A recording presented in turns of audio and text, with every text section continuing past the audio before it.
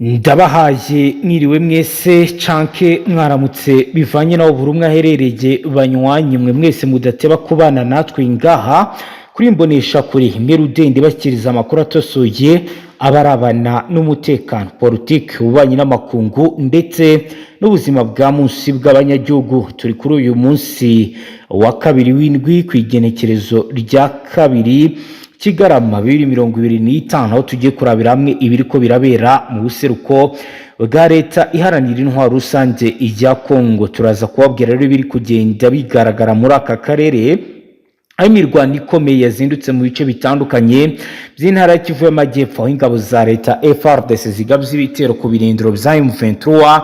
Ni amakuru amaze kwemezwa na Laurence Kanyuka, umuvugizi umutwe wa M23, agaragaza uko ibintu bihagaze ndetse agaragaza nuko umutekano ukomeje guhungabana. Ni mu gihe kandi bitangazwa ndetse binemezwa ko M23 yatangiye kwirwanaho mu buryo budasanzwe. Byose rero bikaba bikomeje kugenda biteza urujijo mu gihe muri Leta Zunze Ubumwe za Amerika habura iminsi ibiri gusa ngo hasinywe ibijyanye n'amasezerano yasinywe y'amahoro hagati y'u Rwanda ndetse na Repubulika Iharanira Demokarasi ya Kongo. Ni mu gihe kandi duwa muri Qatar naho hasinywe ibijyanye n'agahenge ko guhagarika imirwano hagati M23 ndetse na FARDC. Ariko kuri ubu imirwano irakomeje, bamwe baribaza ukuntu ibintu bihagaze bakavuga bati diplomasi ikomeje gutsindwa. Nk'uko rero mubizi, muzi ko diplomasi ariyo rero irangiza ibibazo ndetse intambara ikaba igisubizo cyo gutsindwa kwa diplomasi. Rero nibyo bikomeje kugenda bigarukwaho. Turareba rero ibikubera muri axis zitandukanye muri Sud Kivu, turebe uko urugamba ruhagaze ndetse nuko buri ruhande rukomeje kugenda rurwana. Turaza kandi kubabwira ko Amerika imaze kwemeza neza ko binyuze muri White House rero bemeje bidasubirwaho ku Rwanda na Kongo bagiye kugirana amasezerano. Ni mu gihe kandi President Evariste Ndayishimiye n'umwe mu banyacyubahiro bategerejwe ndetse kuri ngo amaze gufata rutema ikirere werekeje muri Leta Zunze Ubumwe za Amerika, aho rero agiye gukurikiranwa isinyanywa ry'aya masezerano. Ni mu gihe kandi intumwa zirenga 100 zo kwa Kisekedi Chirombo nazo zahagurutse injiri ku kibuga cy'indege zerekeza muri Leta Zunze Ubumwe za Amerika. Harimo rero abashinga amategeko, harimo abayoboye inzego za leta zitandukanye zifite aho zihuriye n'ibi bigiye gusinywa. Bose rero berekeje Washington DC. Mu bandi bitezwe rero bakomeye harimo Dr. William Ruto, harimo kandi bamwe mu bahagarariye umuryango wa Afurika Yunze Ubumwe, hari abahagarariye Qatar ndetse n'abahagarariye Togo. Ni bamwe mu bazagaragara rero mu isinywa ry'aya masezerano. Turaza kureba rero uko ibi bihagaze. Turaza kandi no kubabwira andi makuru akomeye yakomeje kugenda avugwa muri MONUSCO, aho rero bagaragaza ibyo yakoze ndetse n'ibyo yananiwe mu myaka irenga 26, ndetse hari n'ubusesenguzi bugaragaza ibyakozwe na Madamu Bintou Keita mu kiringo cy'imyaka 3 yari amaze arongoye uyu muryango ushinzwe cyase ubutumwa bushinzwe kubungabunga amahoro bw'umuryango w'abibumbye mu buseruko bwa leta iharanira intwaro rusange ya Kongo, cyane aho bakoreye, dore ko abakoreye mu ntara zose zigize Repubulika Iharanira Demokarasi ya Kongo, ariko banenzwe cyane mu ntara Kivu y'Amajyaruguru kuko bafashije intara ya Tanganyika gutekana, ari nacyo rero benshi bashimira MONUSCO. Ariko mu ntara Kivu y'Amajyaruguru na Kivu y'Amajyepfo bagiye banengwa bijyanye nuko batabashije kubahiriza inshingano. Turaza rero nabyo kubireba. Turababwira rero biri kubera iwarikare, aho rero muri warikare naho bitangazwa ndetse bikanemezwa ko urugamba rukomeje. Ni mu gihe kandi abazarendo benshi bakomeje kugenda bimurirwa mu bice bitandukanye. Hakaba kandi hatangiye na training wing y'abazarendo bari guhabwa imyitozo ibemerera kujya ku rugamba. Turaza rero nabyo kubibabwira.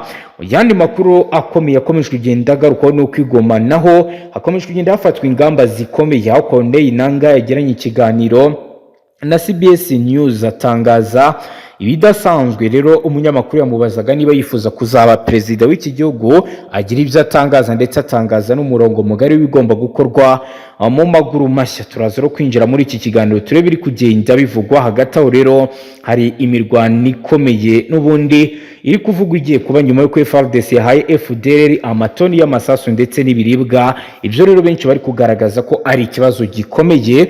Rero ni amakuru agezweho kuri uyu munsi wa kabiri w'indwi kwigenekerezo rya kabiri Kigarama 2025 tubahaye ikaze ngaha tubashyikiriza amakuru atosoye barabana n'umutekano politike ububanyi n'amakungu ndetse n'ubuzima bwa munsi bw'abanyagihugu. Ni munyemero duhere kubiri abana na FRDC ndetse n'igisirikare cya leta iharanira intwaro rusange ya Kongo. Dukomeze tureba nuko imirwano ihagaze. Ni igisirikare cya leta iharanira intwaro rusange ya Kongo cyahaye amatoni y'amasasu umutwe wa FDLR ndetse n'uwo bafatanya kurwanya M23. Amakuru yizewe arahamya ko toni eshatu z'amasasu na toni eshatu z'ibiribwa bizapakiwe muri kajugujugu ebyiri zibivana muri teritwari ya Lubuto mu ntara ya Maniema zikabigeza ku kibuga cy'indege gito cya Pinga kiri muri teritwari ya Warikare. Amakuru akaba agaragaza ko ibi byakozwe ku igenekerezo rya 28 Munyonyo 2025. Ku itariki ya 29 Munyonyo umuyobozi wa rejima y'ibihumbi 3442 y'ingabo za leta ya Kongo Colonel Salomo Takolonga yategetse ko FDLR na NDCR ya Gideon Shimalay n'imitwe ya Nyatura bihabwa amasasu n'ibiribwa kugira ngo bikomeze ibikorwa nta nkomyi bya gisirikare. Hashingiwe rero kuri iryo tegeko amasasu n'ibiribwa byoherejwe imitwe muri groupement ya Bashali Mukoto muri teritwari ya Masisi mu ntara Kivu y'Amajyaruguru mu gihe yiteguraga gutegura ibijyanye no kuba yarasa ku birindiro bya M23 biri mu gace ka Bibweka nayitwa Kayina Muzimu muri teritwari ya Rucuru.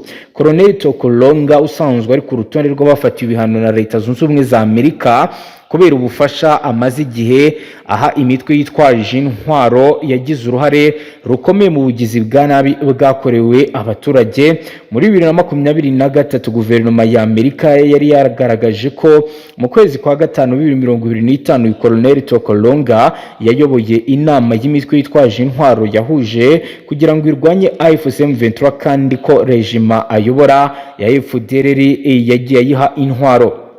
Uyu musirikare hamwe n'abandi ba ofisiye mu gisirikare cya leta iharanira intwaro rusange ya Kongo bakomeje gufasha FDLR n'indi mitwe mu gihe u Rwanda na Kongo biteganya kugirana amasezerano ku itariki ya 4 z'ukwezi kwa 12 bitezweho kuzana amahoro arambye muri aka karere. Mu by'ingenzi u Rwanda na Kongo bemeranyijeho harimo gusenya FDLR burundu kuko iri mu bihugu bikaba rero ari ibintu bibangamiye bikomeye aka karere mu birebana n'umutekano. Ni mu gerero kuko ibi bihugu n'umuhuza wabyo Amerika byagaragaje ko uyu mutwe witerabwoba ari ikibazo ku mutekano mu karere kose. Leta y'u Rwanda ntiyahwemye kugaragaza ko igisirikare cya Kongo gikomeje gukorana na FDLR no kujya kuyiha ubufasha kugira ngo irusheho kugira imbaraga zikomeye ntisenyuke. Reka duhite dukomereza ku mirwano ikomeye yabaye turebe ibyatangajwe ndetse n'ibiri kugenda biba. AFC iravuga ko ubukana bw'imirwano buri ku rwego rwo hejuru ndetse ko amasaha uko agenda ashira niko rero birushaho kugenda biba bibi cyane. Mu butumwa bwe Laurence Kanyuka yatangaje ko ibi bitero bifite intego yo kugambirira gutatanya ingabo za AFC ku mirongo itandukanye ndetse gushyira no mu kaga gakomeye ubuzima bw'abaturage batuye muri ibi bice biri kuberamo imirwano. AFC yavuze ko iri gukurikiranira hafi uko ibintu bihagaze ku mirongo itandukanye kandi ko yiteguye kwitabira mu rwego rwo kurinda ibice ifite mu maboko yayo. Ingamba zose zifatwa n'impande zihanganye zikomeje kugira ingaruka zikomeye mu baturage barimo abari guhunga bagata imitungo yabo, abiri guhagarika ibijyanye n'ubwikorezi bw'ibicuruzwa ndetse byahagaritse serivisi z'ubuvuzi ndetse bamwe kuri ubu bakomeje kugenda bavuga ko ni imirwano iri kwangiza bimwe mu bikorwa remezo byabo. Amakuru ari kugera mu nzego zitandukanye yaba iz'ubutabazi n'abaturage bo muri utu duce aragaragaza ko abantu benshi bari guhungira mu mashyamba abandi bagasaba ko hakorwa ibyihutirwa kugira ngo haboneke umutekano. Abakurikiranira hafi ibibazo byo mu burasirazuba bwa Kongo babona ko kwiyongera kw'imirwano mu bice bitandukanye bishobora gukurura cyase guteza ibibazo bikomeye inzego ndetse n'imitwe itandukanye ikaba yagira ibyago bikomeye. Nubwo nta makuru yigenga yabashije guhita yemezwa ku byatangajwe n'impande zose, icyemezo cy'uko imirwano yongeye kwiyongera mu bice byinshi gishobora gutuma ubuhunzi bwiyongera bigatuma ibikorwa bya gisirikare bikomera muri ibi bice ndetse bikavugwa ko no muri Sud Kivu hashobora gukomeza guhungabana umutekano mu buryo bukomeye cyane. Biro ni iby'ingenzi, ni mu nyemerero noneho twinjire mu zindi dosiye zikomeye, aho Neva yamaze kwemeza ko agomba kujya muri Leta Zunze Ubumwe za Amerika ahagiye gusinyirwa amasezerano hagati y'u Rwanda ndetse na Repubulika Iharanira Intwaro Rusange ya Kongo. Nkuko rero amakuru dufite abivuga kandi abigaragaza, nuko Perezida w'u Burundi Evariste Ndayishimiye yatangaje ko azaje Washington DC muri Leta Zunze Ubumwe za Amerika mu muhango w'isinywa ry'amasezerano ya nyuma y'u Rwanda na Repubulika Iharanira Demokarasi ya Kongo. Amerika yateganyije ko aya masezerano azasinywa ku itariki ya 4 z'ukwezi kwa 12 2025, nyuma y'igihe kiri hafi y'ukwezi intumwa z'u Rwanda za Repubulika ya Demokarasi ya Kongo zumvikanye ku mushinga wose w'amasezerano y'ubufatanye mu by'ubukungu. Perezida Paul Kagame na Felix Tshisekedi wa Repubulika Iharanira Demokarasi ya Kongo bemeje ko biteguye kujya i Washington DC gusinya aya masezerano, agaragaza ko ibiganiro bimaze igihe bihuza intumwa z'ibihugu bitanga icyizere cy'amahoro arambye. Kiganiro Perezida Ndayishimiye yagiranye n'abanyamakuru ku munsi w'ejo kuwa mbere ku igenekerezo rya mbere Kigarama 2025, yavuze ko Amerika yabatumiye kugira ngo azitabire umuhango wo gusinya aya masezerano kandi ko azajyayo. Yagize ati, nteganya kujya Washington kwitabira isinywa ry'amasezerano hagati ya Kigali na Kinshasa. Amerika yateguje uwo muhango kuwisinywa ry'amasezerano uzitabirwa n'abakuru b'ibihugu benshi barimo abo mu karere, abahagarariye leta ya Katari, Togo n'umuryango wa Afrika yunze ubumwe. Byamaze kwemezwa ko Perezida wa Kenya Dr. William Ruto akaba n'umuyobozi mukuru w'umuryango wa Afrika y'Uburasirazuba EAC nawe azitabira uyu muhango ari kumwe na Minisitiri w'Intebe Musalia Mudavadi, aho rero bivugwa ko bagomba kujya gukurikirana ibijyanye n'isinywa ry'aya masezerano nk'uko rero biri kugenda bigaragara. Mu yandi makuru rero kuri ubu ngubu turababwira ibiri kugenda bivugwa ndetse n'ibiri kugenda bigaragara, aho rero Nanga yabajijwe niba yaba perezida, avuga ko bishoboka. Reka nabyo turebe ibyo uyu munyapolitike yatangaje. Ni umuyobozi wa Alliance Fleuve Congo, ihuriro rirwanya ubutegetsi bwa Repubulika Iharanira Demokarasi ya Kongo. Corneille Nanga yatangaje ko yibona nk'ushobora kuzaba perezida wa Repubulika Iharanira Demokarasi ya Kongo igihe bizaba bibaye ngombwa. Yabitangarije rero umunyamakuru wa SBS News Loarene wakoze icyegeranyo kigaragaza uko ubuzima bwifashe Goma nyuma y'uko umujyi n'ibindi bice byinshi bya Kivu y'Amajyaruguru na Kivu y'Amajyepfo byigaruriwe na AFC. Ubwo umunyamakuru yaramubajije niba yifuza kuba perezida wa Repubulika Iharanira Demokarasi ya Kongo, Nanga yabanje kwirinda kwerura ko ngo asubize icyo kibazo, ariko umunyamakuru akomeje guhatiriza amusubiza ati, ndi umunyekongo, mfite uburenganzira bwo kuba perezida, bishobora kuba kandi nabizakira nk'inshingano. Umunyamakuru ati, wumva waba perezida wa Kongo? Nanga yazunguje umutwe abyemera. Umunyamakuru nuko guhita akomeza ati, noneho ndi kuvugana na perezida wa Kongo w'ahazaza. Nanga mwijwi rituje ati, mfite ubwoba ariko uko bimeze ari ukuvugana na perezida wa Kongo w'ahazaza. Abajijwe kubikunda kuvugwa ku mutwe uterwa inkunga n'u Rwanda, Nanga bihakanye agira ati, nta bufasha na bumwe duhabwa n'u Rwanda, turi abanyekongo kandi turwanira impamvu zacu. Agaragaza ko ibyo ari ikinyoma gikwirakwizwa na leta ya Kinshasa ishaka kuba harabika. Ati, ibyo badushinja ni ibinyoma, no kuduharabika, nta bimenyetso bafite. Ibyo ni igipindi cya Kinshasa, batsinzwe urugamba. Kubisobanura bahindura umuvuno, batangira kuduharabika. Ku bijyanye n'ibyakunzwe kuvugwa n'umuryango mpuzamahanga ko M23 ishobora kuba yarakoze ibyaha by'intambara n'ibyibasiye inyokomuntu, Nanga yavuze ko ati, ndabihakana, ndabyamagana, nkavuga ko ari ibinyoma. Nanga yagaragaje ko kuri ubu mu bice bigenzurwa na M23 by'umwihariko Goma ubuzima bwagarutse, abantu babayeho, abana basubiye mu mashuri, nta bindi bibazo by'umutekano muke biharangwa. Mu minsi ishize Corneille Nanga yagaragaje ko yifuza ko imiyoborere ya Repubulika ya Demokarasi ya Kongo ihindura izina ry'igihugu rigahinduka yabitangaje rero mu mahugurwa yabereye mu mujyi wa Goma ku igenekerezo rya 27 mu nyonyo 2025, aho yasobanuye ko AFC yifuza impinduka mu miyoborere ya Kongo, aho intara zose zahabwa ubwigenge mu buryo bwa federalisme. Federalisme rero ni uburyo bw'imitegekere aho intara cyangwa se leta ishobora kugira ubuyobozi bwigenga ikigenzurira umutungo wayo, ariko hakaba n'ububasha igirwaho nabo n'ubuyobozi bwo ku rwego rw'igihugu hashingiwe ku nteko nshingamategeko.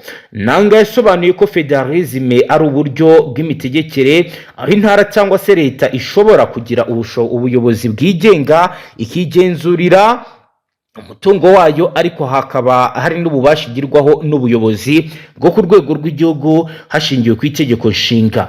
Nanga yasobanuye ko abari mu mahugurwa ko AFC yifuza ko igihugu cyitwa Repubulika ya Demokarasi ya Kongo ubu cyahindurwa RFC cyangwa se République Fédérale du Congo mu rwego rwo kubahiriza imiyoborere ya federalisme. Yagize ati icyerekezo cyacu ni ihuriro nuko icyitwa Repubulika ya Demokarasi ya Kongo uyu munsi kigomba guhinduka Repubulika ya Fédéralisme du Congo, kandi ntabwo badutewe no kuvuga, niyo mahitamo n'icyerekezo dufite. Uyu muyobozi wa AFC yatangaje ko ihuriro riharanira ko abanyekongo bose bagerwaho n'umusaruro w'aho batuye bitandukanye n'uko bimeze ubu, kuko ab'ikinshasa baryamira abandi. Ni kenshi rero Nanga yumvikana anenga imiyoborere ya Repubulika ya Demokarasi ya Kongo, adaca ku ruhande akagaragaza ko mu byo AFC ishyize imbere harimo kubaka inzego zose z'iki gihugu kugira ngo zisubirane ijambo ku ruhando mpuzamahanga.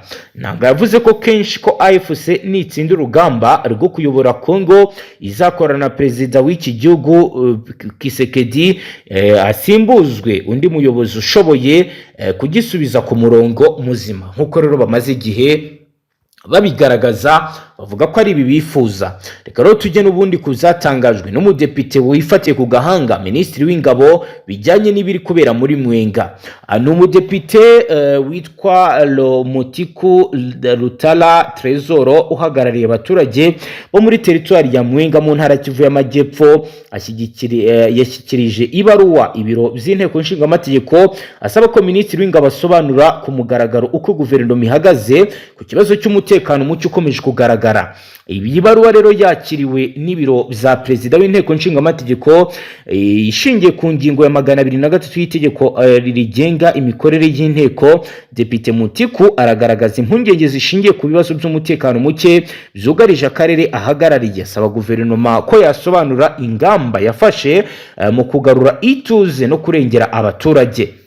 Depite Mutiki aragaragaza ko ikibazo cy'umutekano muke muri Mwenga kimaze igihe kirekire guhera mu kwezi kwa mbere k'uyu mwaka kugeza amagingo aya. Abaturage bagiye batanga impuruza zishingiye ku bikorwa by'urugomo, imirwano ndetse n'akarengane bakomeje guhura nako, harimo kandi akw'ingabo za FARDC nabo zigenda zikora zibasahura utwabo.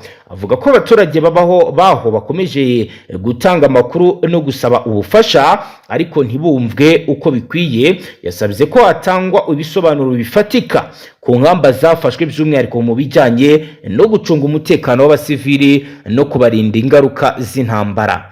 Iyi baruwa ikaba yarashyikirijwe sekreteri wa perezida w'inteko ku itariki ya mbere z'ukwezi kwa 12 2025. Bikaba biteganyijwe ko ishobora kuvamo gutumiza minisitiri w'ingabo mu nteko agasobanura ku mugaragaro iby'uyu mutekano muke. Binyuze muri iyi mpuruza, Depite Mutuki yavuze ko azatanga ibisobanuro birambuye ku bikorwa bya gisirikare, uburyo barinda abasivili ndetse n'imiterere y'uruhuri rw'ibibazo bikomeje kugenda bigaragara byibasira intara ya Kivu y'Amajyepfo. Nk'uko rero bigaragara, akaba rero yavuze ko ibi bigomba kuba bizakorwa kandi bikagenda neza. Mu yandi makuru turababwira ko kugeza ubu rero mu gihe hasigaye iminsi mike cyangwa se n'amasaha make ngo Washington DC muri Leta Zunze Ubumwe za Amerika hateranira umuhango uteganyijwe w'isinywa ry'amasezerano y'amahoro hagati ya Perezida Kisekedi ndetse na Perezida w'u Rwanda. itsinda rinini ry'abayobozi baturutse Kinshasa bamaze guhaguruka bajya muri Amerika. Amerika yizewe ko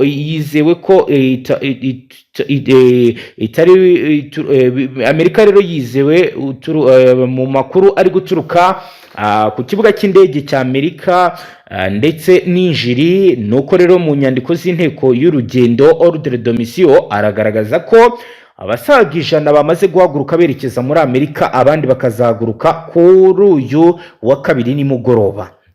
Iri tsinda rero rigizwe n'abayobozi mu nzego zitandukanye za leta, abajyanama ba politike ba perezida, bamwe mu bagize inteko nshingamategeko n'abahagarariye ibigo bya leta bifite aho bihuriye n'ishyirwa mu bikorwa ry'amasezerano y'amahoro.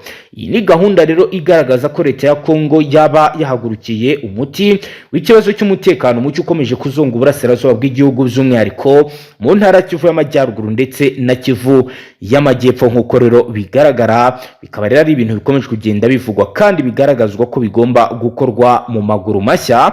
Dukomeje rero n'andi makuru, reka tubabwira andi makuru ari kuvugwa kuri MONUSCO ndetse na Madamu Bintou Keita wamaze gusezera ku nshingano yari amaranye imyaka 3.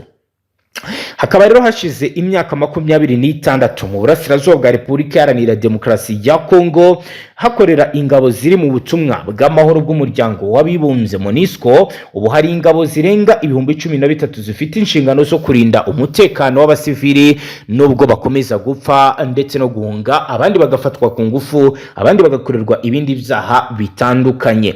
Ubwo Bintou Keita yatangiraga kuyobora MONUSCO muri 2021, yari yitezweho gukemura ibibazo Riela Zlang yasize adakemuye mu myaka 3 yamaze mu nshingano. Ariko suko byagenze kuko umutekano w'abaturage wakomeje kuzamba, ababonye aho anyura bagiye bahunga.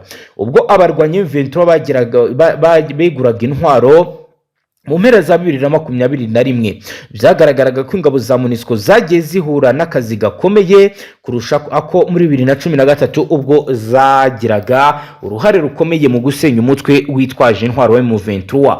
Mu ntangiriro za 2023 MONUSCO yatangaje ko ingabo zayo zatangiye guhangarira M23 mu bice byahitwa Shangi muri teritwari ya Rucuru. Byagezeho MONUSCO yifashisha umutwe kabuhariwe wayo uzwi nka FIB cyase Force Intervention Brigade igerageza gukura ababarwanyi mu birindiro byabo, ariko biba iby'ubusa. Ni mu gero byaje no kugeraho batangiza operation bise Springbok yari igamije kurinda Sake ndetse na Goma. Byaje kurangira rero iyo operation nayo itsinzwe nk'uko bigaragara. Umusaruro mucyo wa MONUSCO watumye mu mishyi ikomeye yo mu burasirazuba bwa Kongo harimo Goma, Butembo na Uvira habamo imyigaragambyo ikomeye yatangiye mu kwezi kwa Nyakanga 2022, aho rero yasabaga abasirikare bari mu butumwa ko bagomba gusubira iwabo kuko ntacyo babamariye. Umuvugizi wa guverinoma yo Kongo Patrick Muyaya yatangaje ko kugera mu ntangiriro za Kanama 2022 abapfiriye muri imyigaragambyo yamagana MONUSCO bageze kuri 36, abagera kuri 70 barakomereka. Ibyo rero byatumye ibi rero byabaye mu gihe leta ya Kongo yari ikomeje gushyira igitutu kuri MONUSCO iyiteguza ko mu gihe itagaragaza impinduka ku mikorere yayo izirukanwa muri 2023.